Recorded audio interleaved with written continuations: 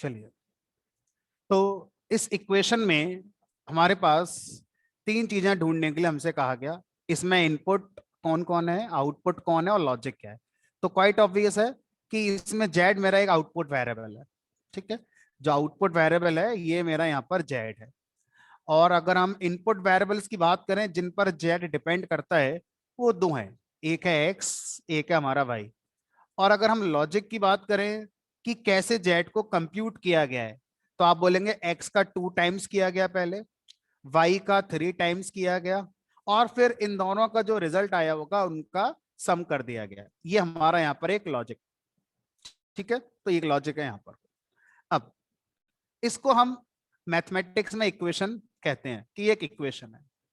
अब अगर हम ध्यान से देखें तो मान लीजिए यहां पर मैं x की एक वैल्यू आपको बताऊं 1 और y की वैल्यू बताऊं मान लीजिए 1, तो ऑब्वियसली आप z की वैल्यू को गेट कर सकते हैं। x और y को इसमें पुट करेंगे तो ये 2 इंटू 1 2 हो गया, 3 इंटू 1 3 हो गया, 2 और 3 5 हो गया। ठीक, अब अगर आपसे कहा जाए कि x की वैल्यू 2 है और y की वैल्यू 1 है, तो अगेन आप z की एक नई वैल्यू गेट कर सकते हैं।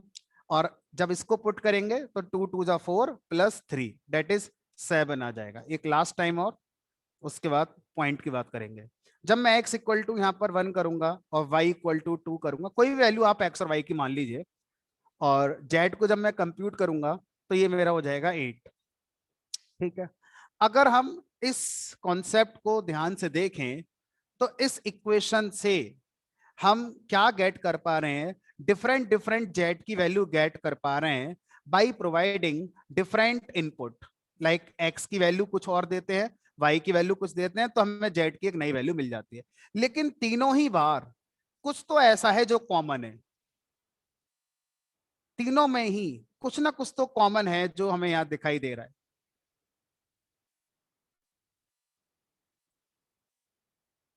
क्या चीज कॉमन है जो आपको यहां पर लग रही है? Assignment operator.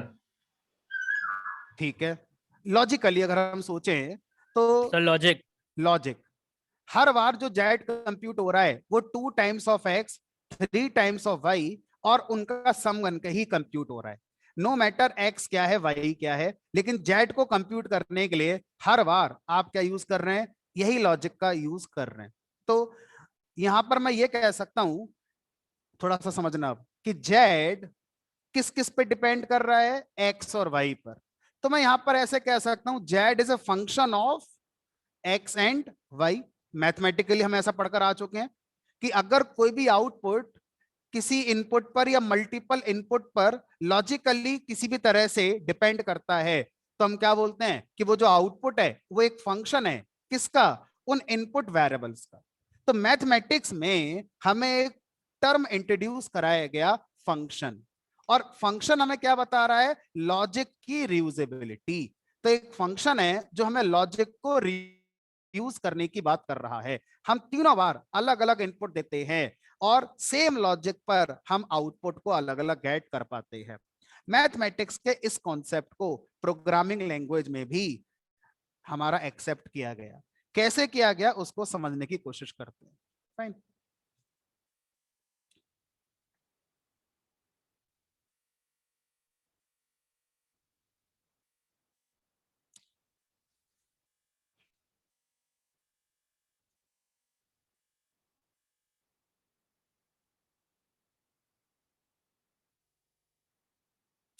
तो मान लीजिए एक कोड बनाते हैं जिसमें ये बात हमारी समझ में आएगी।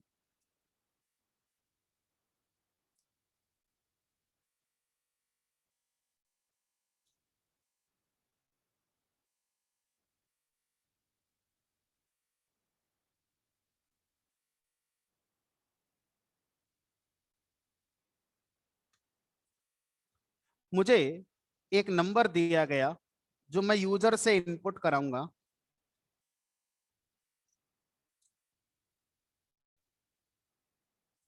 और मुझे यहाँ चेक करना है क्या ये नंबर इवन है या ऑड है।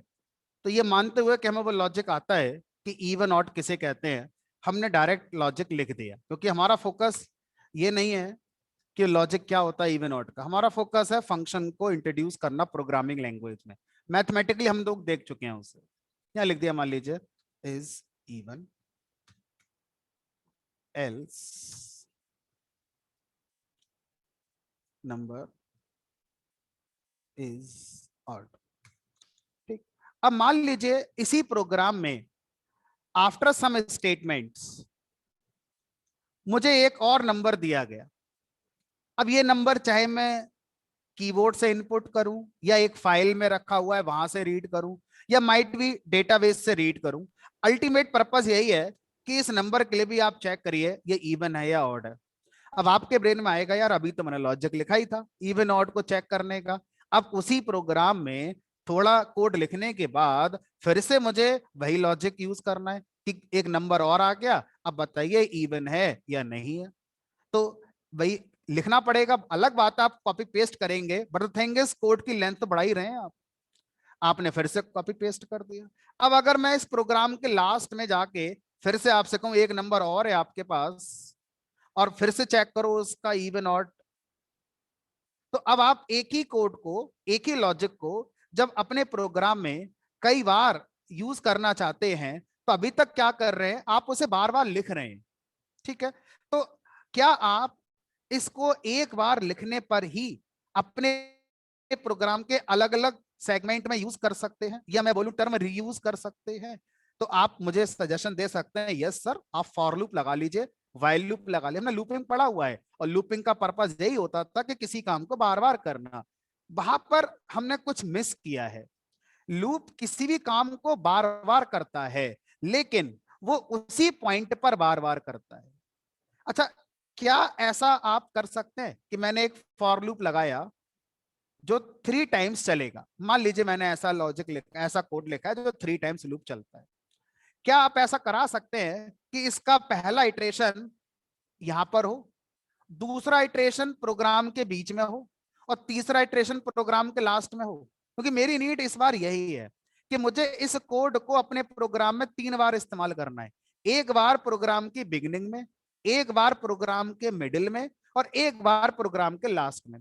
तो कैसे आप लूप से इस प्रॉब्लम का सॉल्यूशन दे सकते हैं? नहीं दे सकते। लूप कहता है कि आपका कोड आगे नहीं बढ़ेगा, एग्जीक्यूशन फ्लो में आगे नहीं बढ़ेगा। उसी पॉइंट पर रहते हुए आप अगर अपने इस कोड को बार बार 3 बार उसी समय कराना चाहते हैं तो लूप का इस्तेमाल करेंगे। ऐसा नहीं कर सकते कि एक बार अब चला दो, एक बार आधे प्रोग्राम में चलाना और एक बार लास्ट में चलाना, ऐसा इम्पॉसिबल है। तो loop is not for reusability. So there is a thin difference between two terms. First one is repetition, second one is reusability. Repetition का मतलब होता है सेट ऑफ स्टेटमेंट्स को रिपीटेडली उसी जगह पर कोड में रहते हुए बार बार चलाना, दैट इज रिपीटेशन। रीयूजेबिलिटी का मतलब होता है कि किसी भी कोड को एक बार आपने लिख दिया है, अब आप उसे किसी भी पॉइंट पर अपने प्रोग्राम में दोबारा से इस्तेमाल कर सकते हैं या एक दूसरे प्रोग्राम में भी कर सकते हैं। आज मान लीजिए आपसे कहा जाए कि आज 19 अप्रैल है, मान लीजिए मैं 19 मई को एक प्रोग्राम बनाऊंगा एक महीने बाद और वहां पर भी एक नंबर है और मुझसे कहा गया भाई चेक करो इवन है या ऑड है। तो अब मुझे याद आया एक महीने पहले भी मैंने लॉजिक लिखा था ये, अब मैं दोबारा लिखूं अपने प्रोग्राम में, तो शायद आप ऐसा नहीं करना चाहेंगे। ये तो चलो 4 लाइन का है तो आप कर भी सकते हैं, लेकिन अगर ये 40 लाइन का होता, 400 लाइन का होता तो शायद आप दोबारा लिखने की कोशिश नहीं करते। एक बार मैंने एफर्ट लगा दिया, अब वही कोड अगर मुझे एक दूसरे प्रोग्राम में भी यूज करना है तो मैं दोबारा शायद नहीं लिखना चाहूंगा। ठीक है, तो मुझे यहां पर वर्ड यूज करना है रीयूजेबिलिटी का, रीयूजेबिलिटी का, ना कि रिपीटेशन का। तो लूप हमें रिपीटेशन प्रोवाइड करता है और फंक्शन हमें लॉजिक की रीयूजेबिलिटी प्रोवाइड करता है। सेम जैसे मैथमेटिक्स में भी हमने जस्ट देखा था, सेम पाइथन या किसी भी प्रोग्रामिंग लैंग्वेज जिसमें फंक्शंस के चैप्टर को रखा गया है, पर्पस यही रखा गया, लॉजिक की reusability. Anywhere in the same program or in other program also.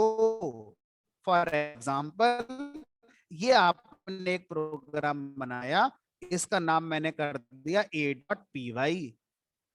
इसके अंदर मैंने कोई कोड बहुत मेहनत करके बनाया, मान लीजिए थोड़ा कॉम्प्लेक्स कोड है जिसको बनाने में मुझे काफी एफर्ट लगाने पड़े, बहुत टाइम लग गया, बट बार बार लगेंगे।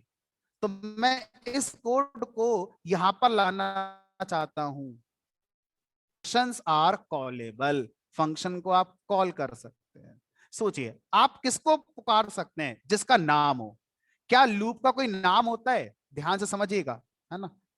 मैंने एक कोड लिखा, एक स्टेटमेंट आया, फिर यहां पर एक इफ आया, कुछ स्टेटमेंट लिखे, फिर एक फॉर आया, फिर मैंने कुछ स्टेटमेंट लिखे, फिर एक इफ आया, फिर एक फॉर आया। क्या इस वाले इफ का कोई नाम है? क्या इसे आप बुला सकते हो? नहीं। ये तो इफ तो कीवर्ड का नाम है, इफ तो मेरे कीवर्ड का नाम है, फॉर मेरे कीवर्ड का नाम है, लूप का नाम थोड़ी है कोई। लूप तो एक कॉन्सेप्ट है जिसके लिए फॉर कीवर्ड यूज किया जाता है। तो लूप का नाम कहां है? नहीं है। जिसका नाम नहीं है उसे आप कैसे पुकारोगे, उसे आप कैसे कॉल करोगे? इसीलिए क्या बोलते हैं कि लूप्स आर नॉट कॉलेबल। इसी वजह से वो जितना भी रिपीटेशन करेंगे उसी जगह पर करते रहेंगे, क्योंकि उन्हें पता है कि दोबारा उनको बुलाया नहीं जा सकता, उनको लिखना ही पड़ेगा। ठीक। तो इस तरह से प्रोग्रामिंग लैंग्वेज के अंदर फंक्शन के कॉन्सेप्ट को इंट्रोड्यूस किया गया। बहुत सी लैंग्वेजेस हैं जो फंक्शन को सपोर्ट करती हैं। Even most of the languages जिसमें हम सॉफ्टवेयर डेवलप करने की बात करते हैं उसमें फंक्शन की सपोर्ट होती है। ठीक। तो अगर हम इसको सिस्टमेटिक वे से लिखें कि फंक्शन क्या होता है, तो इसकी डेफिनेशन लिख लेते हैं।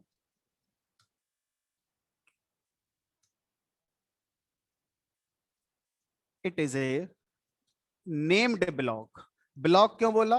क्योंकि कितने स्टेटमेंट्स को आप रियूज करना चाहते हैं, जो आपका लॉजिक होगा वो कितने स्टेटमेंट्स का होगा नहीं पता, 2 हो सकते हैं, 4 हो सकते हैं, तो उनकी क्या करना होगा? ब्लॉक बनाना होगा, ग्रुपिंग करनी होगी। और पाइथन में हम जानते हैं कि जब भी ब्लॉक बनाया जाता है तो इंडेंटेशन का यूज करके ही बनाया जाता है, चाहे वो इफ का ब्लॉक हो, चाहे वो फॉर लूप का ब्लॉक हो, चाहे वो फंक्शन का ब्लॉक हो। उसके पहले मैंने बोला नेम्ड ब्लॉक। नेम्ड मतलब फंक्शन का जो ब्लॉक बनेगा उसका एक नाम होगा। Add, multiply, factorial, withdraw, deposit. तो ये सब क्या है? ये मेरे कीवर्ड थोड़ी हैं पाइथन के, ये मेरे दिए हुए नेम्स हैं जो मैंने फंक्शन को दिए हुए हैं। जब मैंने किसी को नाम दिया है तो मैं उसे कॉल कर सकता हूं।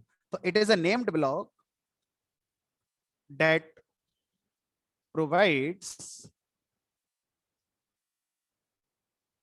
reusability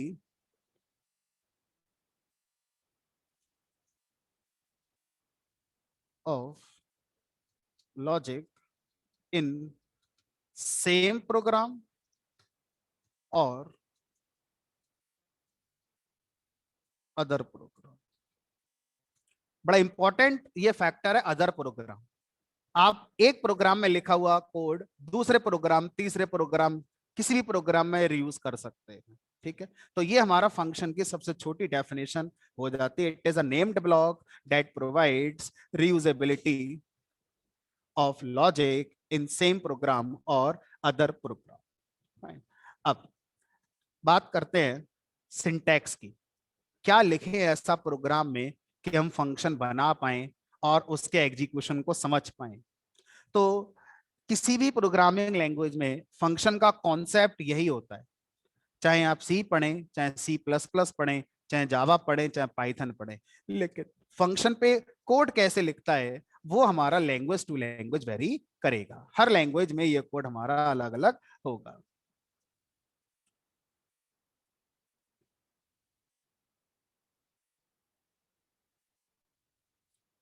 सौरभ क्या पूछना चाहते हैं एक बार बताओ। If we function reuse then it any changes in time complexity. थोड़ा दोबारा बोलिए, समझ में नहीं आया क्या पूछना चाहते हैं।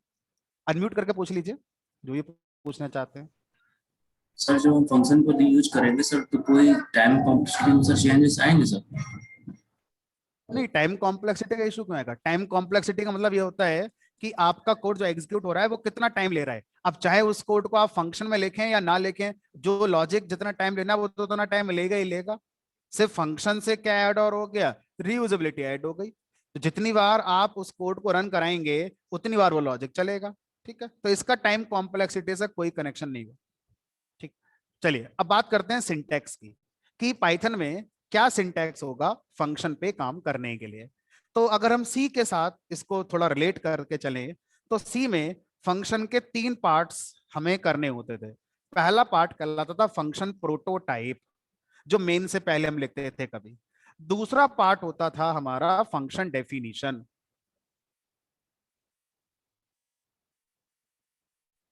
तीसरा पार्ट हमारा होता था फंक्शन कॉलिंग। तो इस तरह से फंक्शन के 3 पार्ट सी वगैरह में होते थे। पाइथन प्रोग्रामिंग लैंग्वेज में फंक्शन के 2 ही पार्ट होते हैं।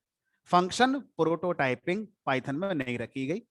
क्यों नहीं रखी गई उसका आंसर अभी आपको थोड़ी देर में अपने आप मिल जाएगा, और शायद आप जानते भी होंगे अगर पहले से पाइथन में और सी में आपने हैंड्स ऑन करा हुआ है तो फंक्शन डेफिनेशन से हम शुरू करेंगे, उसके बाद फंक्शन कॉलिंग की बात करेंगे। तो यहां लिखते हैं पहले सिंटैक्स ऑफ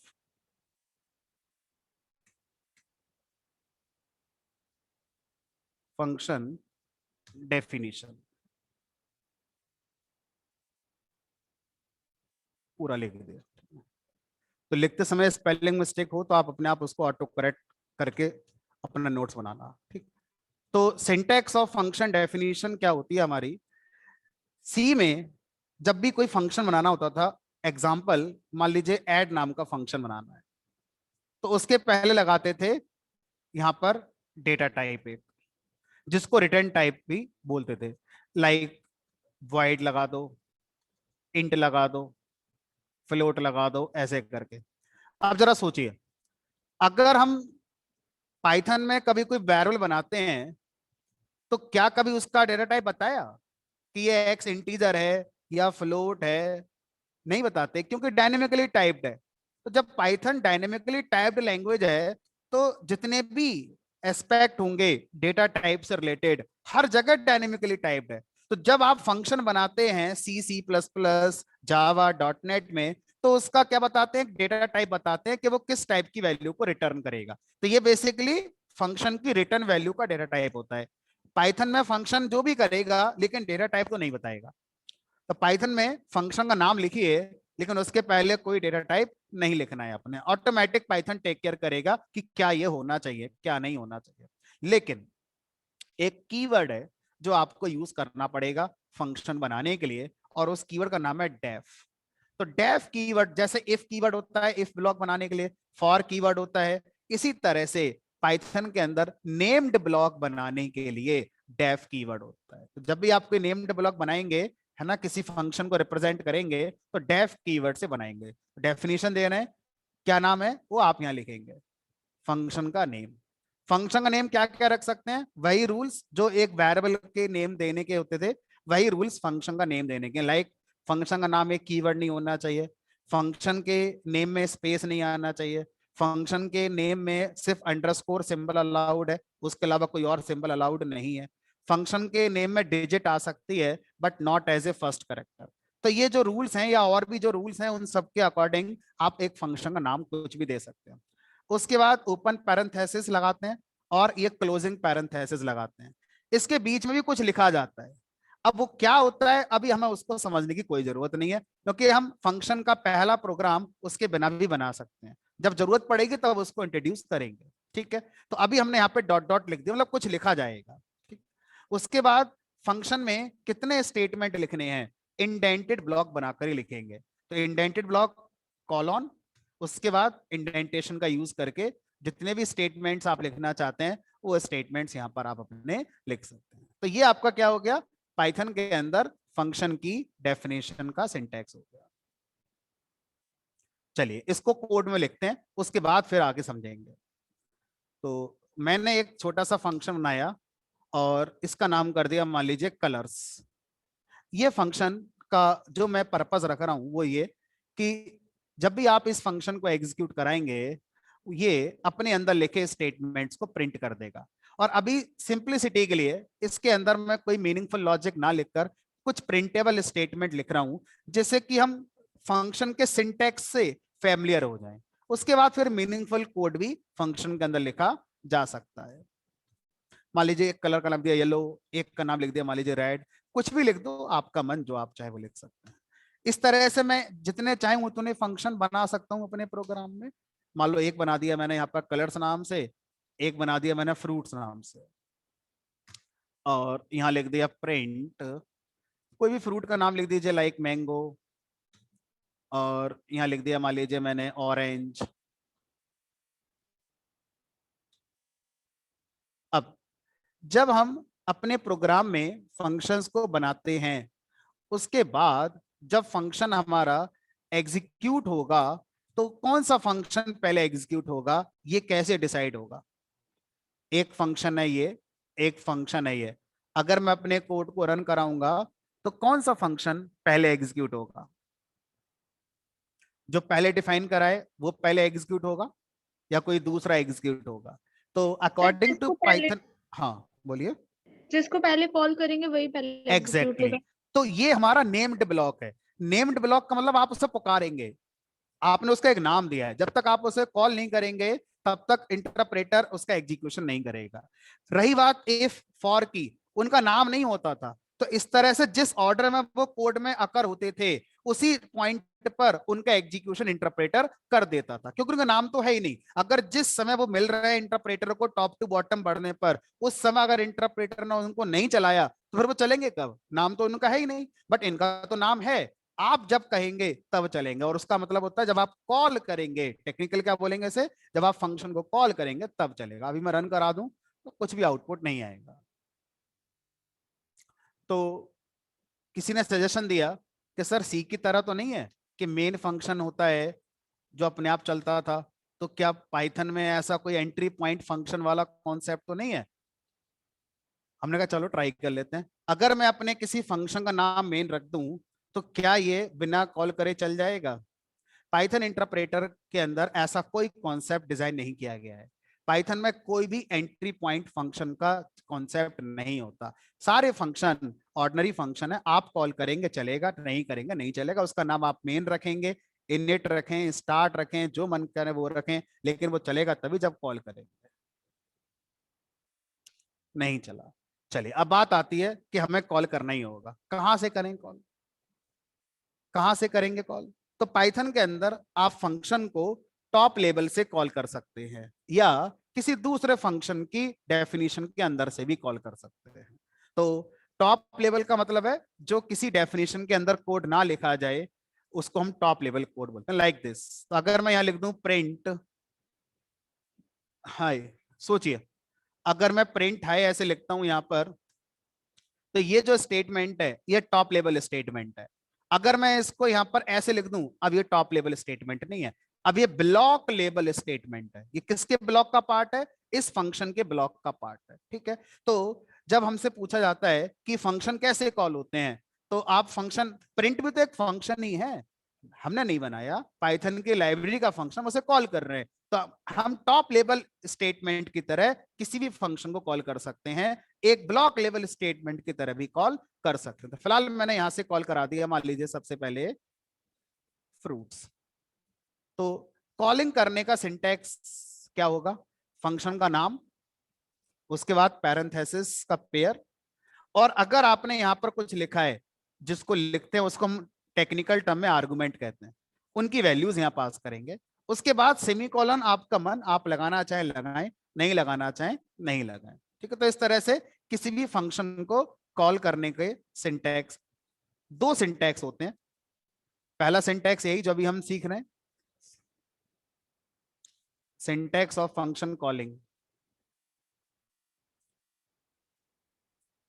फंक्शन कॉल करते समय डेफ कीवर्ड यूज नहीं करना है, कॉलन नहीं लगाना है, सिर्फ ऐसे कॉल हो जाएगा। एक सिंटैक्स तो ये होता है। दूसरा सिंटैक्स होता है कि फंक्शन कॉल से आपको कुछ मिलता है, उसको आप एक वेरिएबल में भी रख सकते हैं। तो जनरली ये दो सिंटैक्स किसी भी फंक्शन को कॉल करने के लिए यूज होते हैं। फंक्शन का कॉल होना मतलब फंक्शन का एग्जीक्यूशन होना।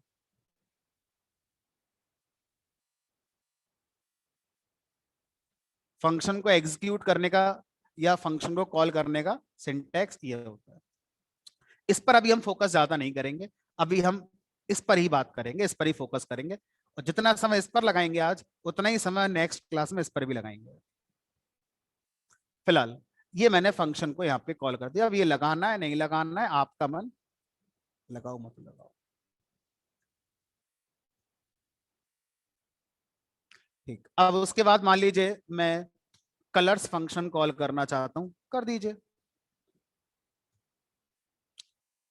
तो अगर कोई आपसे ये पूछे किसी भी फंक्शन को कितनी बार कॉल किया जा सकता है, जितनी बार आप चाहते हैं उतनी बार कॉल कर सकते हैं।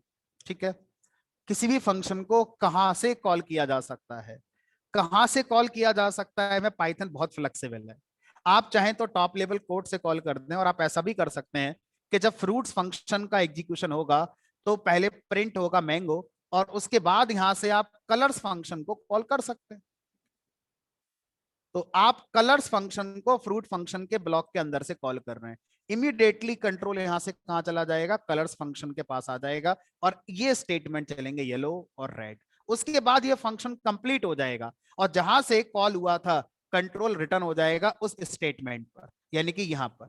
अब ये स्टेटमेंट कंप्लीट मान लिया जाएगा, फिर ये चलेगा। सर सर ऐसा मैंडेटरी है कि अगर आपने फ्रूट्स में कलर्स को कॉल किया है तो कलर्स पहले डिफाइन होना चाहिए फ्रूट्स से पहले, या फिर बाद में भी इसको डिफाइन करके कॉल कर सकते हैं? हाँ बिल्कुल, ये भी एक पॉइंट ऑफ डिस्कशन है पाइथन के अंदर, जिस पर भी हम समय लगाएंगे।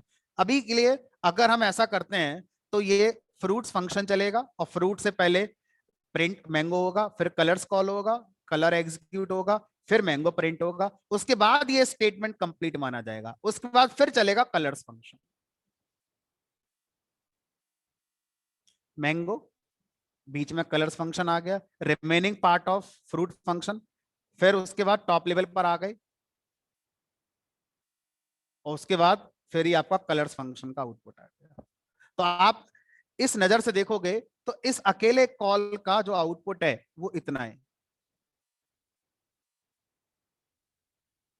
और इस स्टेटमेंट का आउटपुट इतना है।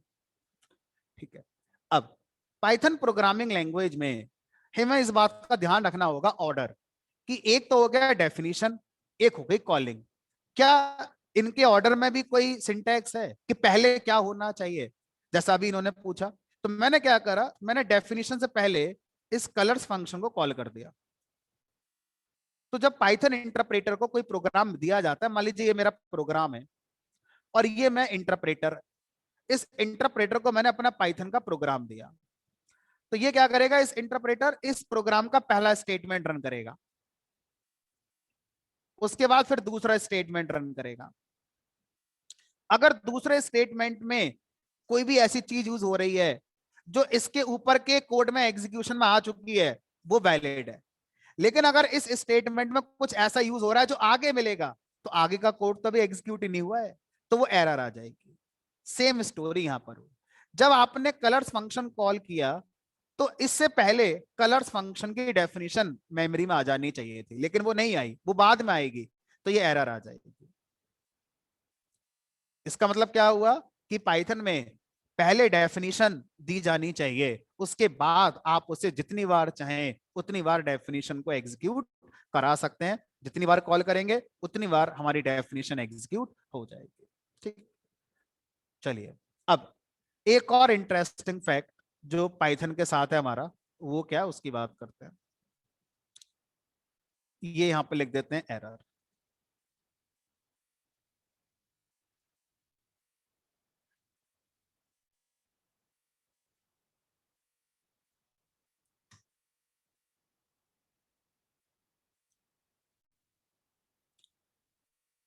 अगर मैं अपने दो फंक्शन बनाऊं और दोनों का नाम सेम रख दूं, मैंने यहां पर रख दिया कलर्स में रेड येलो, एक दोबारा बनाया और यहां पर लिख दिया मान लीजिए ब्लैक वाइट, ब्लैक और यहां कर दिया वाइट। ठीक है, तो अब अगर मैं कलर्स फंक्शन को एग्जीक्यूट कराता हूं तो ये मेरा जो कलर्स फंक्शन है कौन सा एग्जीक्यूट होगा? तो इसमें ऑप्शन ये भी है कि सर ये तो एरर आ जानी चाहिए, क्योंकि जब आप एक नाम से फंक्शन को बुला चुके हैं तो उसी नाम से, एक नाम से फंक्शन आप डिफाइन कर चुके हैं, तो उसी नाम से दोबारा कैसे डिफाइन कर सकते हैं? तो डिफरेंट पैरामीटर्स लगा दीजिए, डिफरेंट पैरामीटर्स लगा दीजिए। अब देखो ये एक ऐसा टॉपिक है जिसमें बड़ा अच्छी डिबेट हो जाती है। कब? जब आप अलग अलग प्रोग्रामिंग बैकग्राउंड से आते हैं तब। और आप डिबेट कब नहीं करते, जब आपने इससे पहले कभी कोई लैंग्वेज नहीं पढ़ी है, और अगर आपने पढ़ रखी है तो डेफिनेटली ये डिबेट का पॉइंट हो गया। ये सर मान लो सी मॉडिफाई हो बैकग्राउंड से जाएगा। आया है, मान लो ये सी बैकग्राउंड से आया हुआ है बंदा, तो ये बोलेगा नॉट पॉसिबल एट ऑल, कुछ भी कर लो इम्पॉसिबल है, कुछ भी कर लो ये इम्पॉसिबल है। ये आया सी प्लस प्लस बैकग्राउंड से, या जावा के बैकग्राउंड से, या डॉट नेट सी शार्प के बैकग्राउंड से आया हुआ है। ये बोलेगा कि हाँ तरीका तो है, लेकिन वो ना पैरामीटर अलग अलग करना पड़ेगा, मतलब कंडीशन अप्लाई के साथ अलाउड है, ऐसा हो जाएगा। ठीक है, सर अब जो पहले डिफाइन होगा वही वाला कॉल होगा फंक्शन। ठीक है, ये वो है जो पाइथन ही पढ़ रहा है, इसने आज से पहले कुछ पढ़ा ही नहीं है, ना सी पढ़ी है, ना सी प्लस प्लस पढ़ी है, ना जावा पढ़ी है, कुछ नहीं पढ़ा, इसने सिर्फ पाइथन ही पढ़ी है। तो ये कैसे सोचेगा इस चीज को लेकर? अगर मैं आपसे कहूं कि x इक्वल टू 10, इस क्वेश्चन का आंसर अगर आप जानते हैं तो इस क्वेश्चन का आंसर आपको अपने आप समझ में आ जाएगा। x इक्वल टू 10, उसके बाद मैंने लिखा x इक्वल टू 20, फिर मैंने प्रिंट कराया x के लिए, तो x की पहली वाली वैल्यू आएगी या लेटेस्ट वाली वैल्यू आएगी? लेटेस्ट वाली 20 आएगी, Updated value modified हो आएगी। सेकंड जाएगा। वाली, सेकंड वाला बस प्रिंट Updated होगा। value पाइथन आएगी। में पाइथन में इतना ही सोचना है, इससे ज्यादा नहीं सोचना है कि same is true with function also. अगर फंक्शन आपने एक पहले बनाया, उसी नाम से आपने दोबारा बनाया, तो जो उसकी लेटेस्ट डेफिनेशन है आगे के कोड को वही मिलेगी। तो जब मैं कलर्स फंक्शन कॉल कर रहा हूं तो इस पॉइंट तक कलर्स फंक्शन की जो अपडेटेड डेफिनेशन है वो मेमोरी में एग्जीक्यूट होगी, यानी कि इसका आउटपुट ब्लैक एंड व्हाइट आएगा। तो आप बोलेंगे तो सर इसको आपने इतने एफर्ट लगाकर डिफाइन ही क्यों करा? इसको अगर नहीं भी लिखोगे तब भी तो इसका आउटपुट यही आएगा जो आप अभी दिखा रहे हो। हमने कहा देखो दो बातें हैं, एक तो हमें कॉन्सेप्ट सीखना था, दूसरा हम इसका भी यूज कर सकते हैं। कैसे करोगे? हमने कहा सेम वेरिएबल वाले पॉइंट पर आओ। आप यहां प्रिंट करा रहे हो, अगर मैं आपसे कहूं कि यहां प्रिंट नहीं करना है, इस अपडेटेड वैल्यू से पहले अगर मैं प्रिंट लगा दूं प्रिंट एक्स, तो यहां पर एक्स की वैल्यू क्या मिलेगी? 20 मिलेगी यहां पर या 10 मिलेगी? येलो रेड अरे यहाँ पर देखो ना, 10 मिलेगी, 10 यहाँ पर मिलेगी। 10 मिलेगी। सेम यहाँ पर है, दूसरी डेफिनेशन देने से पहले जब जब आपने कलर्स को कॉल किया होगा तो उसके लिए तो वही अपडेटेड है जो पहली बार आई है। तो इस वाली कॉल के लिए ये डेफिनेशन तो चल नहीं सकती हमारी, है ना। फॉरवर्ड डेफिनेशन तो हमारी सर्च नहीं करी जाती है ना। अब तक जो प्रोग्राम के स्टेटमेंट चल चुके हैं उन्हीं में वो डेफिनेशन सर्च करेगा इंटरप्रेटर, और उसके अकॉर्डिंग इस पॉइंट पर ये डेफिनेशन एग्जीक्यूट हो जाएगी। ठीक है, तो आपको समझना होगा कि आप प्रोग्राम में किस पॉइंट पर हैं, किस स्टेटमेंट पर आप हैं, और वहां तक आपकी डेफिनेशन क्या आ चुकी है, उसके अकॉर्डिंग फंक्शन का एग्जीक्यूशन होता है। तो सी में ऐसा नहीं है, सी प्लस प्लस में ऐसा नहीं है, जावा में ऐसा नहीं है। यहाँ पर implementation language to language change हो रहा है ना। जावा का अलग है तरीका, पाइथन का तरीका बिल्कुल अलग है। इस तरह के कॉन्सेप्ट को रिजल्ट में कैसे लाया जाएगा इसको समझाने का। चलिए आगे बढ़ते हैं।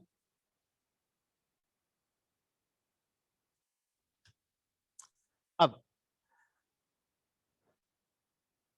अगर किसी फंक्शन को मैं बनाता हूं, थोड़ा सा मैं इसको मीनिंगफुल करने की कोशिश कर रहा हूं, फंक्शन के कॉन्सेप्ट को थोड़ा सा मीनिंगफुल करने की कोशिश कर रहा हूं। मैंने एक फंक्शन बनाया और इसका काम बहुत छोटा सा है। वो छोटा सा काम है कि ये ऐड करेगा, किसको ऐड करेगा भाई? x इक्वल टू 10 और y इक्वल टू 20 को ऐड करेगा। और यहाँ लगा दिया मैंने प्रिंट, और मान लीजिए z भी दे दिया, z equal to X plus Y कर देगा। फिर मैंने एक फंक्शन और बनाया और इस फंक्शन का नाम कर दिया मल्टीप्लाई, और इस मल्टीप्लाई फंक्शन के अंदर मैंने लिखा z equal to X multiply by Y, print z। तो अब दो फंक्शन मैंने बनाए, एक का नाम मैंने ऐड रखा, एक का नाम मैंने मल्टीप्लाई रखा। ऐड फंक्शन के अंदर दो वेरिएबल मैंने इनिशियलाइज करे एक्स और वाई नाम से, जिनकी कुछ वैल्यूज रख दी 10 20 रेस्पेक्टिवली, और उनका सम करके मैंने जेड में रख लिया और प्रिंट भी करा दिया। उसके बाद मैंने मल्टीप्लाई फंक्शन, फिर इसमें मैंने मल्टीप्लीकेशन कराया एक्स और वाई का, जेड में रख दिया और ये आ गया। अब मैंने पहले ऐड फंक्शन कॉल किया ये सोचते हुए कि जब ऐड फंक्शन चलेगा तभी तो ये वेरिएबल मेमोरी में आएंगे, है ना। तो मैंने पहले ऐड फंक्शन कॉल कर दिया, पहले इतना ही चला कर देखा और परफेक्ट आंसर आ रहा है 30। फिर मेरे ब्रेन में आया जब ऐड फंक्शन चल ही चुका है, एक्स और वाई मेमोरी ले ही चुके हैं, तो मल्टीप्लाई भी चला देते हैं और यहाँ पर 10 और 20 का मल्टीप्लीकेशन आ जाना चाहिए, लेकिन ऐसा हुआ नहीं, कह रहा है एक्स है ही नहीं। तो यहाँ पर हमें एक नया कॉन्सेप्ट सिखाया जा रहा है। वो कॉन्सेप्ट क्या है, जब कभी आप किसी फंक्शन के अंदर कोई वेरिएबल इनिशियलाइज करते हैं तो उन वेरिएबल्स का एक स्कोप होता है। स्कोप मतलब उनका एक दायरा होता है, उनकी एक लिमिट होती है, उनका एक रेंज होती है ना। और वो स्कोप क्या होता है, उस फंक्शन के ब्लॉक तक।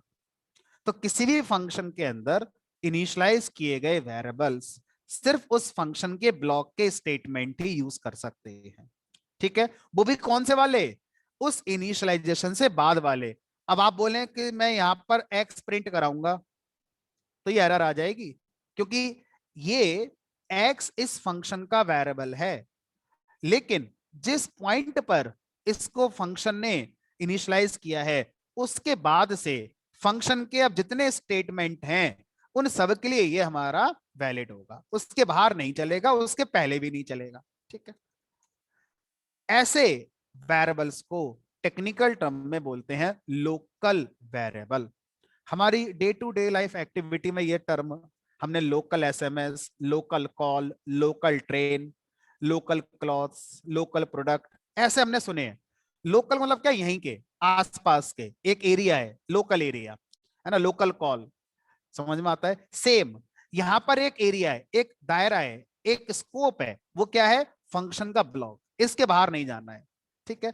जैसे ये फंक्शन हमारा एग्जीक्यूट होगा इस कॉल की वजह से इनको मेमोरी में लाया जाएगा, जेड को मेमोरी में लाया जाएगा, जेड को प्रिंट कराया गया, और जैसे ये फंक्शन कंप्लीट होता है किसी फंक्शन के जितने भी लोकल वेरिएबल्स होते हैं उनको मेमोरी से अनलोड या डिस्ट्रॉय कर दिया जाता है। अब वो मेमोरी में नहीं बचे, इसका मतलब है कि अब उनको कोई भी यूज नहीं कर सकता है। इसी वजह से जब मल्टीप्लाई को चलाया गया तो यहां पर क्या आ गई, हमारी एरर आ गई।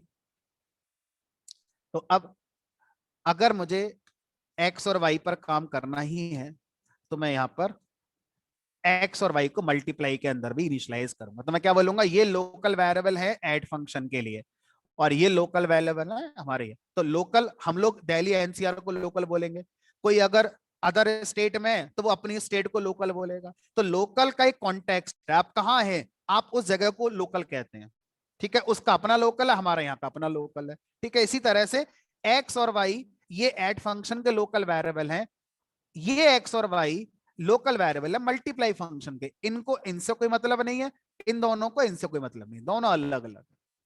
सर एक क्वेश्चन है पूछिए सर, अगर एक्स और वाई को फंक्शन के बाहर ही कॉल कर लें तो फिर इनिशियलाइज करा ले तो एक्स और वाई को। तो इस तरह की सिचुएशन में अगर आप हैं, सिचुएशन क्या है कि आप कुछ फंक्शंस बना रहे थे, उन फंक्शंस में कुछ ऐसे वेरिएबल्स का यूसेज आप चाहते हैं जो एक ही हो और मल्टीपल फंक्शंस में यूज हो जाए। हमारे एग्जांपल में दो फंक्शन है, उन दोनों में यूज हो जाए, मुझे बार बार लोकली ना बनाना पड़े क्योंकि डुप्लीकेट कोड जबरदस्ती लिखना पड़ रहा है मुझे।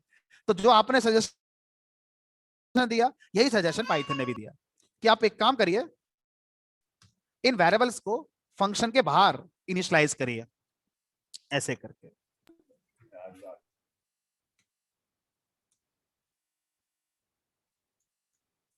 तो अब ये दोनों वेरिएबल लोकल वेरिएबल नहीं है, अब ये आपके कैसे हैं, ग्लोबल वेरिएबल है।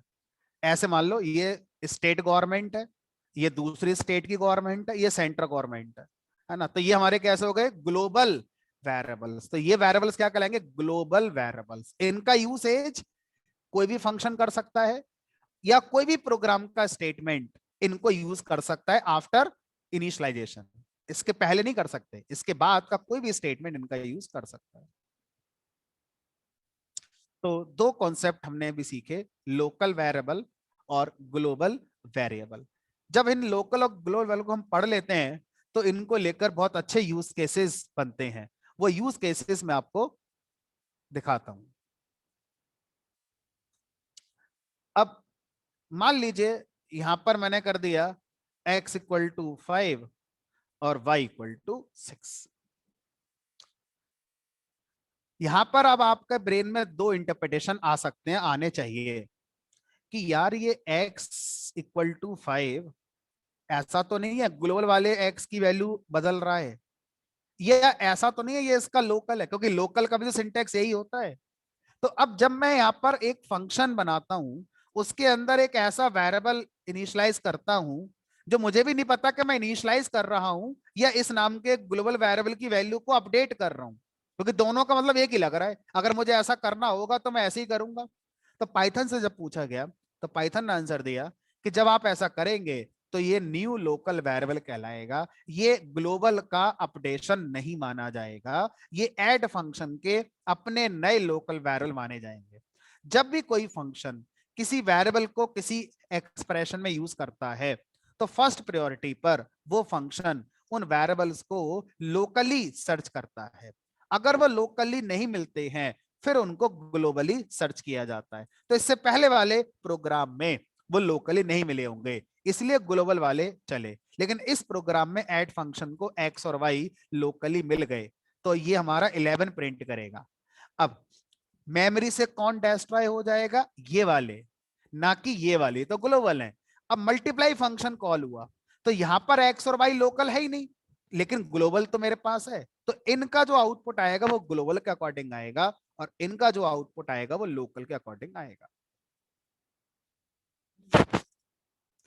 ठीक, अब दो तीन प्रोग्राम मैंने आपको लोकल ग्लोबल वेरिएबल पे अलग अलग बनाकर देखा है। अब मेरा क्वेश्चन आपसे यह है कि क्या फंक्शन ग्लोबल वेरिएबल को यूज कर सकता है? इससे पहले वाले प्रोग्राम में कर रहा था, इस वाले प्रोग्राम में नहीं कर पा रहा है। अब आंसर आप क्या दोगे? सर क्वेश्चन नहीं समझ में आया। ये वाला कोड देखो और इससे पहले जो मैंने कोड बनाया था उस कोड को देखो, फिर मुझे क्वेश्चन को ज्यादा एक्सप्लेन करने की जरूरत ही नहीं पड़ेगी। ये वाला कोड और ये वाला कोड, इस वाले कोड में जो 130 वाला प्रोग्राम है, इसमें हमारा जो ऐड फंक्शन है वो ग्लोबल वेरिएबल का यूज करके एडिशन कर रहा है, मल्टीप्लाई भी ग्लोबल वेरिएबल एक्स और वाई का यूज करके एडिशन मल्टीप्लीकेशन कर रहा है। सब तो यहाँ प्रायोरिटी पर लोकल को देगा। और इस वाले केस में ये लोकल को यूज कर रहा है। तो क्वेश्चन ये है कि अगर आपसे इंटरव्यू में ये पूछा जाता है कि क्या फंक्शन ग्लोबल वेरिएबल को यूज कर सकता है या नहीं, तो आप आंसर क्या देंगे? यस सर, कर सकते हैं। कर सकता है। देखो, इंटरव्यूअर जो बैठा है वो हमेशा इस तरह से बैठा होता है कि आपके क्वेश्चन का क्रॉस क्वेश्चन उसके पास तैयार होता है। सर कर सकता है बट लोकल वेरिएबल नहीं होने चाहिए उसके पास। ठीक है, तो कुछ क्वेश्चन ऐसे होते हैं जिनका आंसर ऑब्जेक्टिव नहीं होता, यस और नो, उनको सब्जेक्टिव बनाकर आंसर दिया जाता है। उनमें से एक क्वेश्चन यही है। तो आप बताएंगे सर ग्लोबल वेरिएबल किसी फंक्शन में रीड हो सकता है बट वो राइट नहीं हो सकता। यहां पर ये फंक्शन ग्लोबल वेरिएबल की वैल्यू को रीड कर रहा है, मॉडिफाई नहीं कर रहा है। जैसे ही हमारा फंक्शन ग्लोबल वेरिएबल के लिए मॉडिफाई करता है, वो मॉडिफाई नहीं होता, वो लोकल के नए फंक्शन के नए लोकल वेरिएबल हमारे हो जाते हैं। तो स्टेटमेंट क्या है officially? Global variable by default function में रीड तो हो जाते हैं लेकिन मॉडिफाई नहीं होते, क्योंकि जब आप मॉडिफाई वाला सिंटैक्स लिखते हैं तो वो सिंटैक्स नए लोकल बना देता है। ठीक, अब आता है एक और क्वेश्चन। इन दोनों क्वेश्चन के आंसर को जानने के बाद मुझे ग्लोबल वेरिएबल को ही अपडेट करना है इस तरह के सिंटैक्स को लिखते हुए सो दैट आगे के कोड में जब भी x और y का इस्तेमाल हो तो वो 10 20 ना हो, वो 5 और 6 हो। तो क्या लोकल की जगह पर इनको को इनिशियलाइज कर रहा लाइक दिस, तो वो लोकल नहीं माने जाएंगे, वो कौन से वाले माने जाएंगे? ग्लोबल माने जाएंगे। अगर ये एक्स और वाई अब ये ग्लोबल वाले में चेंज कर रहा है तो जब मल्टीप्लाई चलेगा तो इसका जो आउटपुट है वो 10 और 20 के अकॉर्डिंग ना आकर 5 और 6 के अकॉर्डिंग आना चाहिए। अगर मैं इस लाइन को कमेंट कर दूं तो वही आएगा जो इससे पहले आया था।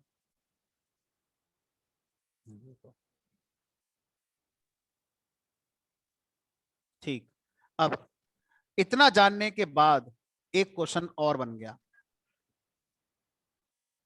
मान लीजिए x इक्वल टू 10 है, लेकिन y नाम से कोई ग्लोबल वेरिएबल है ही नहीं। अब इस स्टेटमेंट से तो फिर क्या माना जाएगा भाई? क्योंकि यहां से ये तो क्लियर है कि x ग्लोबल वाला कंसीडर करना कब? जब आगे कभी उसको वैल्यू असाइन हो। ठीक है, लेकिन y के बारे में कैसे आप कहेंगे? y नाम से तो ग्लोबल कभी है ही नहीं। तो जब आप y इक्वल टू 6 लिखेंगे तो फिर ये लोकल नहीं माना जाएगा? नहीं। तो ये बड़ा ही सरप्राइजिंग कॉन्सेप्ट है जो पाइथन के अंदर रखा गया है कि एक फंक्शन के अंदर से भी आप ग्लोबल इनिशियलाइजेशन दे सकते हैं। अगर हम ग्लोबल एक्स को वाई लिखते हैं तो इसके दो मीनिंग होते हैं। पहला मीनिंग, अगर एक्स और वाई ग्लोबल थे तो आगे का कोड उन्हीं को अपडेट करेगा। अगर ये नहीं थे या इनमें से कोई नहीं है तो आगे का कोड ग्लोबल बनाकर उनको इनिशियलाइज करेगा। तो अब y equal to 6 global variable की तरह बिहेव करेगा। आगे के कोड में भी इसका इस्तेमाल किया जा सकता है, भले ही ये पहले हमारा डिफाइन यहां पर नहीं था।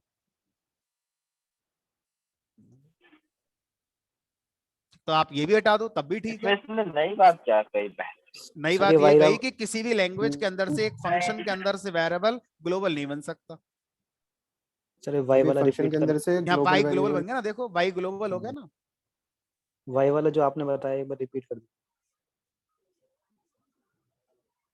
दीजिए। हाँ, ये जो वाई वेरिएबल है यहां पर मैंने इसको ग्लोबल डिक्लेयर किया हुआ है।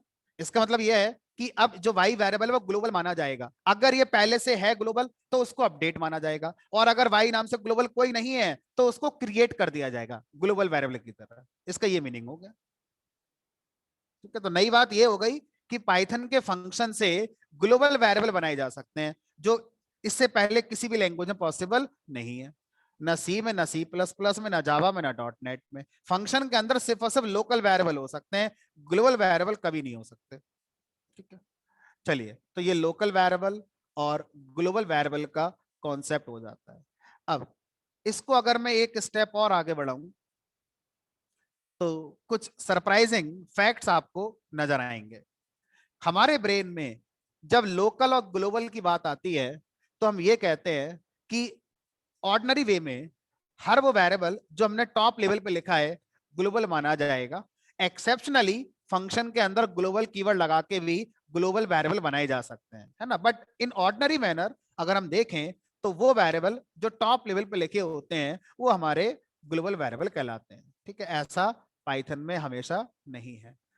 देखते हैं, मैंने लिखा फॉर आई इन रेंज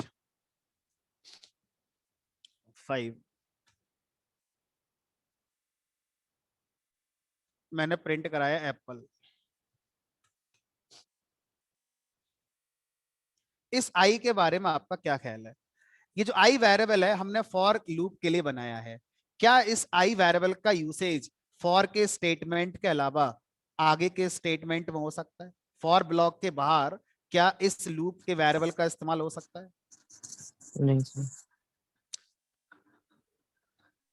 तो सरप्राइजिंगली यस सर, हो सकता है उसकी लास्ट वैल्यू जो होगी। तो यहाँ पर वैल्यू क्या आएगी? जो आई में लास्ट वैल्यू है वो आएगी। तो हमें इसकी वैल्यू में कोई इंटरेस्ट नहीं है। हमारा इंटरेस्ट तो इसमें है कि ये लूप का वेरिएबल लूप के बाहर भी यूज हो रहा है।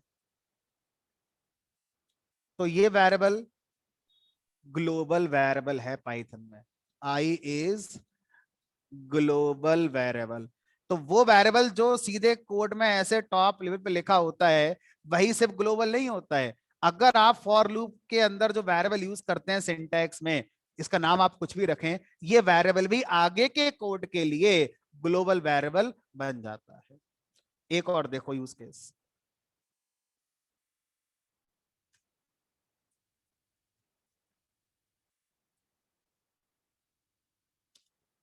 if 2 is greater than 1, x equal to apple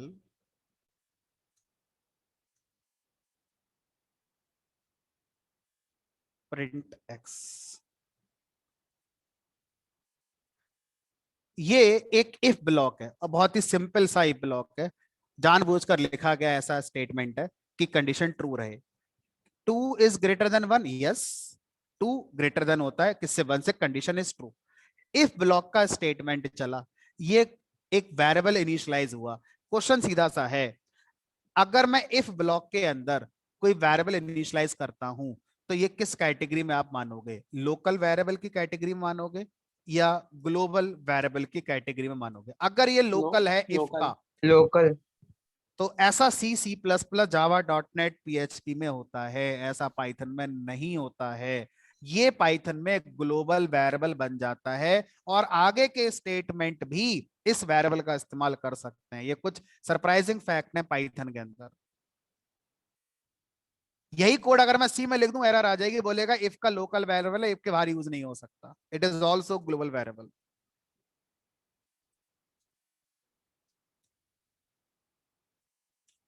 तो अगर आपसे कोई पूछता है लोकल वेरिएबल क्या है, लोकल बड़ा आसान है, सिर्फ और सिर्फ फंक्शन के अंदर इनिशियलाइज किए हुए वेरिएबल ही लोकल होते हैं। कोई और तरीका नहीं है लोकल बनाने का।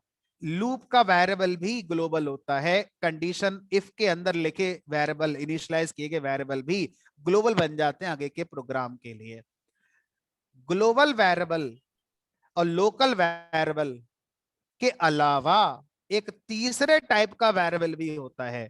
अगर वो आप नहीं जानते हैं तो इतना जानने का भी कोई फायदा फिर नहीं होगा, क्योंकि इंटरव्यू में जाके आप उस पॉइंट पे स्टक हो सकते हैं। तो या तो पढ़े ही ना इसको या फिर इसको पूरा ही पढ़ो। मैंने एक लिस्ट कॉम्प्रीहेंशन यूज करा, तो मेरी एक्सपेक्टेशन है छोटी सी कि आपको कॉम्प्रीहेंशन आता है, अच्छे से प्रैक्टिस मैंने कराई रखी है। तो मैंने यहां लिखा i into i for I in range 3। इससे एक लिस्ट बनी। मेरा इंटरेस्ट लिस्ट में बिल्कुल नहीं है कि लिस्ट में कौन आया कौन गया, मेरा इंटरेस्ट है आई की वैल्यू क्या होगी ये बताओ। यहां पर आई क्या प्रिंट होगा, 2 होगा या 3 होगा? 2 होगा। क्योंकि लूप के अकॉर्डिंग आई में लास्ट वैल्यू 2 आएगी, ठीक है। और अभी हमने सीखा है कि फॉर लूप का जो वेरिएबल होता है वो ग्लोबल हो जाता है आगे के प्रोग्राम के लिए, लेकिन ये एरर आ जाएगी, कहेगा आई तो है ही नहीं। तो यार ये क्या है, ये ग्लोबल है ये लोकल है? तो जब भी आप कॉम्प्रीहेंशन में, ध्यान से सुनेंगे, इस बार कॉन्टेक्स्ट अलग है, कॉम्प्रीहेंशन की बात कर रहे हैं आप। जब भी आप कॉम्प्रीहेंशन में जो लूप यूज करते हैं, उस लूप का जो वेरिएबल है ना तो उसको लोकल वेरिएबल कहा जाता है और ना ही उसे ग्लोबल वेरिएबल कहा जाता है। तो फिर एक तीसरा ही नाम दिया गया, उसको बोलते हैं कॉन्टेक्स्ट स्पेसिफिक वेरिएबल। तो ये कॉन्टेक्स्ट क्या है, कॉम्प्रीहेंशन, ठीक है। या तो बोले इसे कॉन्टेक्स्ट स्पेसिफिक वेरिएबल या कॉम्प्रीहेंशन स्पेसिफिक वेरिएबल। लोकल नहीं कह सकते। क्यों नहीं कह सकते? क्योंकि लोकल एक ब्लॉक के अंदर आता है, ब्लॉक तो कहीं है ही नहीं। ब्लॉक तो तब माना जाता ना जब इंडेंटेशन का यूज करके ऐसे लिखते, ऐसा तो कहीं है ही नहीं, इसलिए इसको लोकल नहीं दिया जाता नाम, ग्लोबल नहीं दिया जाता नाम, इसको एक तीसरा नाम दिया गया कॉन्टेक्स्ट स्पेसिफिक वेरिएबल या कॉम्प्रीहेंशन स्पेसिफिक वेरिएबल।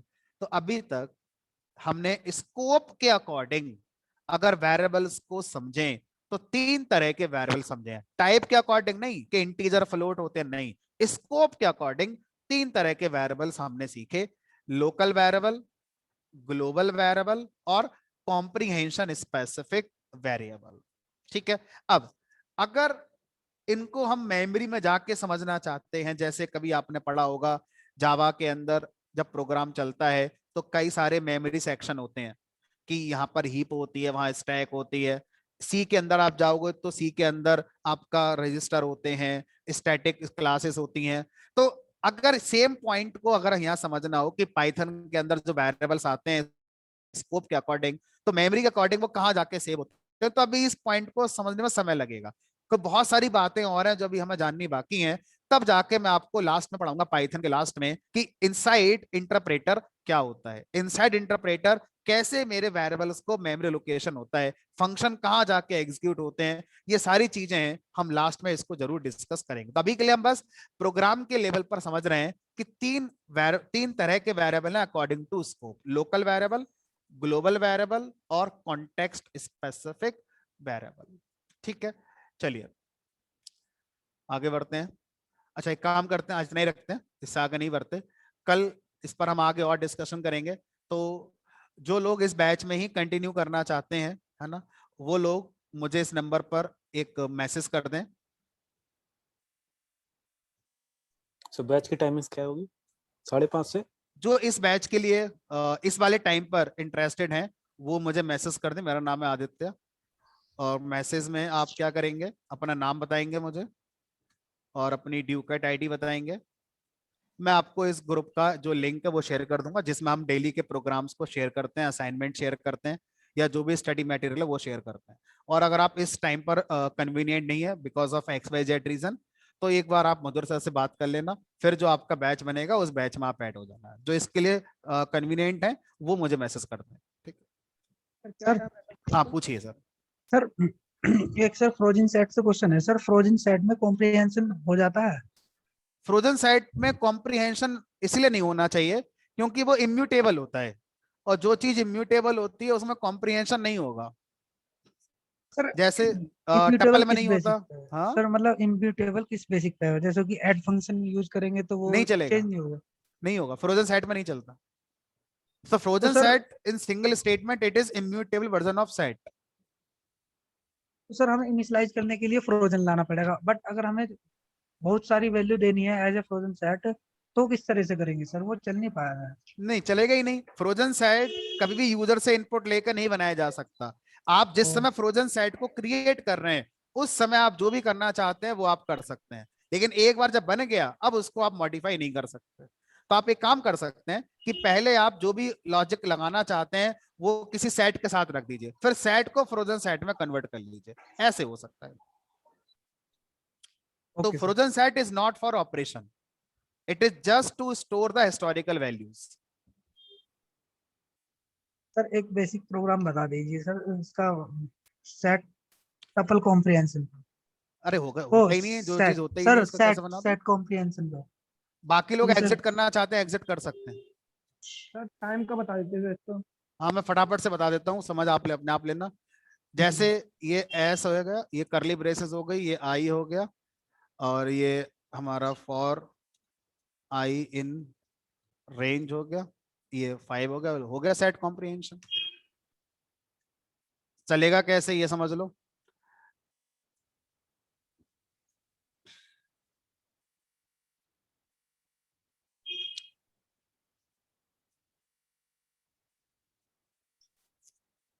सौरभ आपका जो हैकर रैंक वाला क्वेश्चन था मैंने देख लिया, एक बार मैं चेक करता हूँ उसे, फिर मैं आपको बता दूंगा सॉल्यूशन जो भी होगा। ठीक है, तो यहाँ पर ये लूप आई की वैल्यू 0 के लिए चलेगा, 0 यहाँ पर आएगा और एज इट इज सेट में ऐड हो जाएगा, फिर 1 फिर 2 फिर 3 फिर 4। और अगर मैं यहाँ पर आई इंटू आई लिख दूं तो 0 1 4 9 16। लिस्ट और सेट में इतने डिफरेंस है, स्क्वायर ब्रैकेट करली ब्रेसेस लगाने, बाकी पूरा सिंटैक्स सेम है, बस लिस्ट ऑर्डर होगी सेट अनऑर्डर्ड होगा, इतना फर्क आएगा। आउटपुट जब सेट का आएगा तो उसमें ऑर्डर का पता नहीं किस ऑर्डर में एलिमेंट आएंगे, लिस्ट में गारंटी होगी कि ऑर्डर में एलिमेंट आएंगे। फ्रोजन सेट का कोई सिंटैक्स नहीं होता कॉम्प्रिहेंशन का। चलिए सर हाँ पूछिए। सर इस बैच का टाइमिंग क्या रहेगा? सर ये वेस्ट का टाइम जो अभी चल रहा है वो 5:30 to 6:45। Thank you sir. Sir कौन से डेज पे? Monday to Monday, Tuesday, Wednesday and Friday. Thursday off रहता है, सैटरडे संडे ऑफ रहता है। चलिए